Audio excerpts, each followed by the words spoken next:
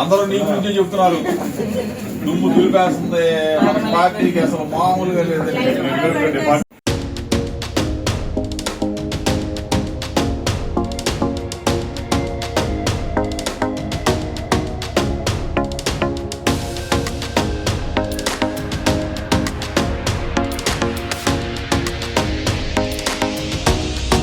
అందరికీ నా హృదయపూర్వక ధన్యవాదాలు. ఒక అరాచకం, ఒక నియంత పరిపాలన. మనం హిట్లర్ని, గాడ్సేల్ని చూడలేదు, కానీ వారిని తలదన్నేటటువంటి నియంత పరిపాలన చంద్రబాబు నాయుడు గారి రూపంలో ఈ రాష్ట్రంలో చూస్తున్నాం. తప్పుడు కేసులు పెట్టడంలో దిట్ట చంద్రబాబు నాయుడు గారు అనేది మనం అందరూ వింటుంటాం, చూస్తూ ఉంటాం. సాక్షాత్తు ఇవాళ మాజీ మంత్రివర్యులు జోగి రమేష్ గారి యొక్క కుటుంబాన్ని అధికారంలోకి వచ్చినటువంటి 2 నెలల నుంచి వారి కుటుంబం వెంట ఒక రాక్షసుల్లాగా ఈ కూటమి నేతలు పడిపోయారు. తల్లిని, బిడ్డల్ని ఎవ్వరిని వదలట్లా.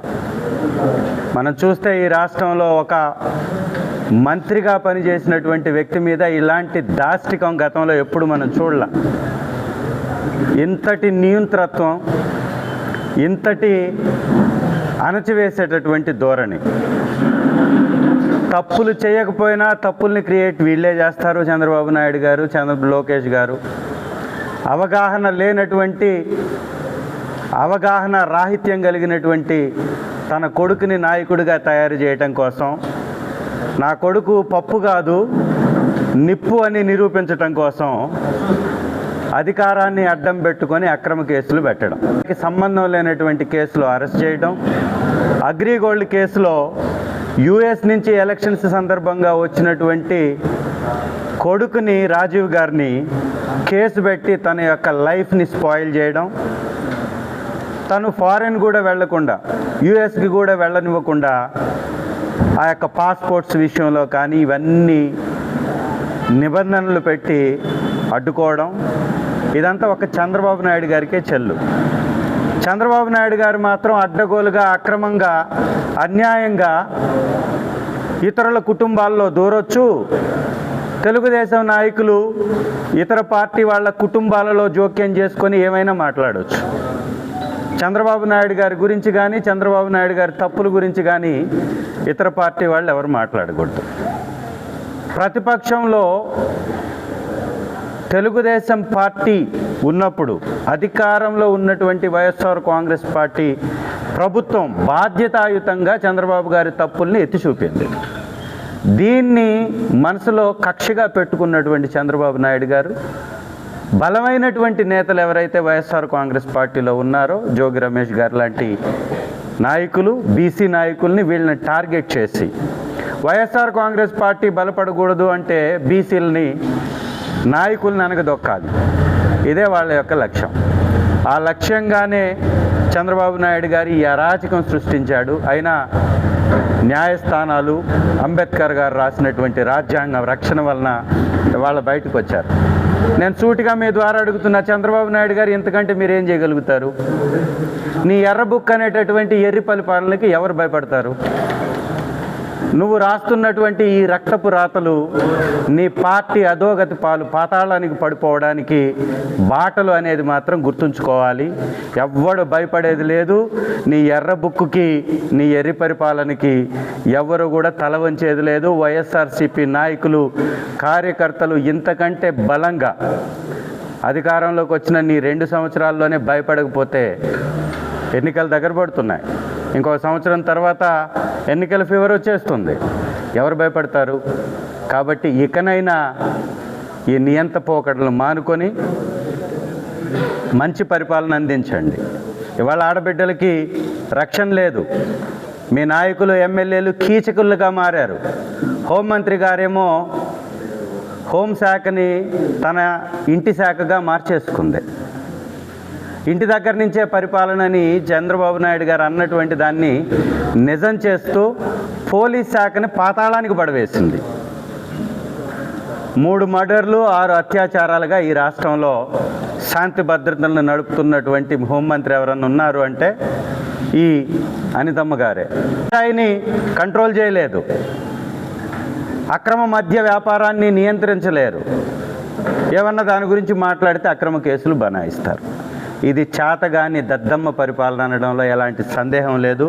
ఇలాంటి పరిపాలన వల్ల జీవితకాలం శాశ్వతంగా తెలుగుదేశం యొక్క డోర్లు మూతపడేటటువంటి కార్యక్రమానికి మీరే బాటలు వేసుకుంటున్నారు. మీ యొక్క ఈ ఉడతూపులకి ఎవరు భయపడరు. వైఎస్ఆర్ కాంగ్రెస్ పార్టీ రాష్ట్రం మొత్తం జోగి రమేష్ గారి కుటుంబానికి అండగా ఉంటుంది. వారికి జరిగినటువంటి అన్యాయాన్ని ప్రతి ఒక్కరు గమనిస్తున్నారు. ఇంతకు రెట్టించినటువంటి ఉత్సాహంతో పనిచేస్తారు. రేపంటూ ఎలక్షన్స్ వస్తే మీ తెలుగుదేశం పార్టీని పాతాళానికి తొక్కటానికి సిద్ధంగా ఉన్నారు. ఖబర్దార్. ఇలాంటి అక్రమ కేసులు మానుకోవాలని హితవు పలుకుతూ వారి కుటుంబానికి మరొకసారి ఇంత ధైర్యంగా నిలబడ్డందుకు జోగి రమేష్ అన్న కుటుంబానికి కూడా హృదయపూర్వకంగా ధన్యవాదాలు తెలియజేసుకుంటూ, వైఎస్ఆర్ కాంగ్రెస్ పార్టీ ఒక బలమైనటువంటి పార్టీ. శ్రీ జగన్మోహన్ రెడ్డి గారి ఆధ్వర్యంలో ఈ రాష్ట్రానికి మంచి చేసినటువంటి పార్టీ, రేపు మంచి చేయబోయేటటువంటి పార్టీ. ప్రతి ఒక్క వైఎస్ఆర్ కాంగ్రెస్ పార్టీ కార్యకర్త కూడా గమనించాలి.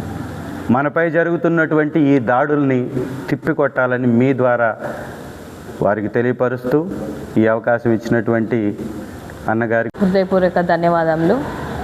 ఇవాళ వచ్చినటువంటి ఎర్రగొండపాలెనికి సంబంధించినటువంటి ప్రజానాయకుడైనటువంటి అన్నకు కూడా నా హృదయపూర్వక ధన్యవాదాలు.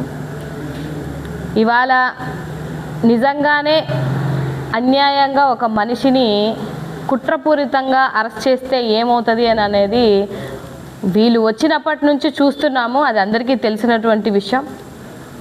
కానీ ఎన్ని నిందలేసినా ఇవాళ ఇక్కడ కార్యకర్తల మనసుల్లో కానీ వాళ్ళ ముఖాల్లో కానీ వాళ్ళ నాయకుడు వస్తే వాళ్ళకు ఒక పండగలాగా సందర్భం, అంటే వాళ్ళ ఎక్స్ప్రెషన్ని బట్టే తెలిసిపోతుంది నాకు ఎంత మంచి వ్యక్తి మన రమేష్ గారు అని అన్న విషయం.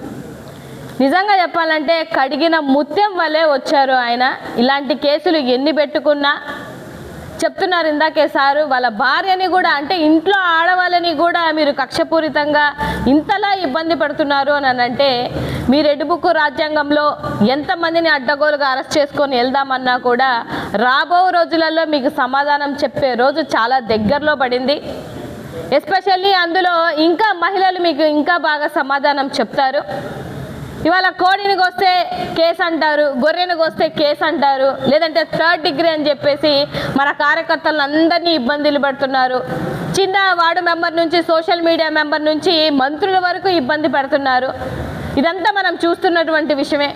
కానీ ఆడబిడ్డలకి ఇవాళ బయటకు వచ్చేసి మాకు అన్యాయం జరుగుతుంది, మానసికంగా ఫిజికల్గా కూడా మమ్మల్ని ఇబ్బంది పడుతున్నారు అని అంటే హోంమంత్రి గారు నోరెత్తరు, మన లోకేష్ బాబు గారు నోరెత్తరు, చంద్రబాబు నాయుడు గారు నోరెత్తరు, ఇంకా పవన్ కళ్యాణ్ గారు అయితే పారిపోతున్నాడు ఆయన అడుగుతుంటే.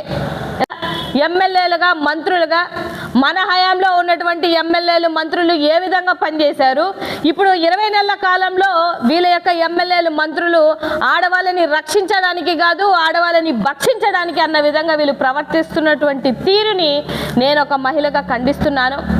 జోగి రమేష్ గారి విషయంలో డే ఫస్ట్ నుంచి మా అందరికీ తెలుసు ఇది ఒక తప్పుడు కేసు అన్న ఒక విషయం. మీ పార్టీ ఎమ్మెల్యేలని మీరు సస్పెండ్ చేసుకొని అటు తిప్పి ఆయన మీద ఉన్న కక్షని తీర్చుకోవడానికి ఆయన్ని అడ్డగోలుగా అరెస్ట్ చేసినటువంటి విషయం.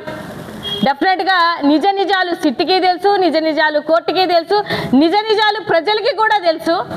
అందుకని ఇవాళ ఆయన కడిగిన ముత్యం వల్లే వచ్చారని నేను ఈ సందర్భంగా తెలియజేస్తూ, డెఫినెట్గా ఆ కుటుంబానికి వైఎస్ఆర్సీపీ అండ దండలు, అంటే జగన్మోహన్ రెడ్డి గారిని కూడా కలిసినటువంటి విషయం తెలిసిందే. అందరి సపోర్ట్ ఉంటుంది. ఎట్టి పరిస్థితుల్లో నిజంగా రమేష్ గారు వైఫ్కి హ్యాట్సప్ చెప్పాలి. ఆవిడ ఎంత స్ట్రాంగ్గా నిల్చున్నటువంటి వ్యక్తి. ఎన్ని ఇబ్బందులు పెట్టినా ఎన్ని కష్టాలు పెట్టినా మహిళలు దడిచేదే లేదు, మహిళలు భయపడేదే లేదు. 300 పేజీలు కాకపోతే 3 లక్షల పేజీలు రాసుకోండి. ఇక్కడ ఎవరు వైఎస్ఆర్సీపీ కార్యకర్తలు భయపడే ప్రసక్తే లేదు. రాబో రోజులలో వీటన్నిటికీ సమాధానం చెప్పే ఒక రోజు మాత్రం వస్తుందని ఈ సందర్భంగా కోరుకుంటూ అందరికీ నమస్కారం.